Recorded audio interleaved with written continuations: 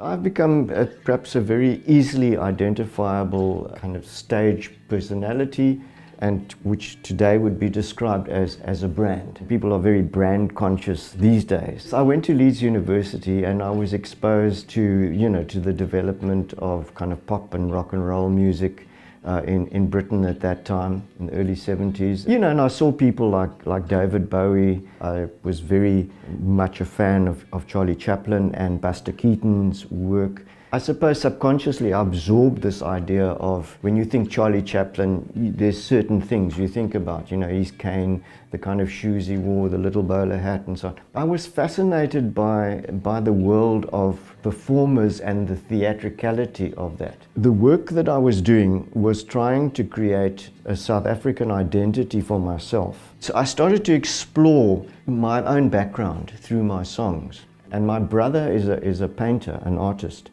And he was at university at that time. He's 5 years older than me, and he was starting to look at the world around him, because the lecturers at Michaelis Art School were saying, you must stop painting like the Americans. Stop trying to paint the things you see in magazines. Look at the world that you find yourself in. Write about the town you come from, because the little town that I was trying to run away from, he was telling me, is just as interesting and as exciting as New York. And we were all focused on, with this colonial mindset that everything is wonderful and better and greater out there, not here.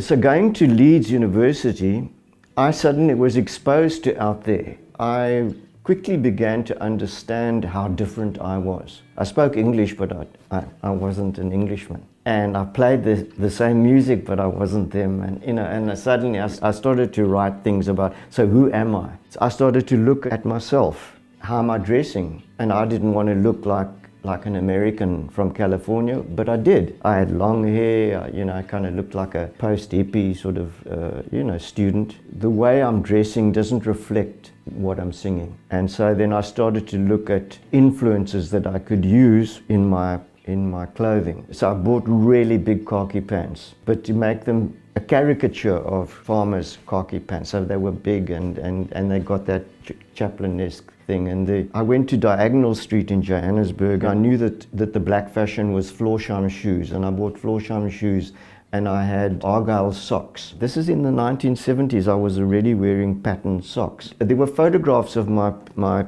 uncle and my father from the 1930s, where they were wearing white shirts with rolled up sleeves.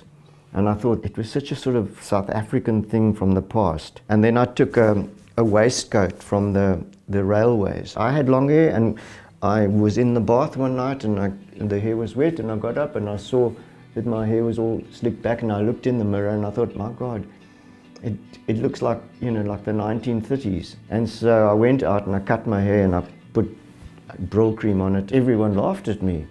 But that was fine, I enjoyed that. I started to understand that when people spoke about me, they needed some simple idea. Oh, he's the guy with the middle parting in his hair. He's the guy with the bicycle. He's the guy with the red shoes. Was influenced like that. Was like, does this fit me? Is it iconic? That was branding, and I didn't know it then.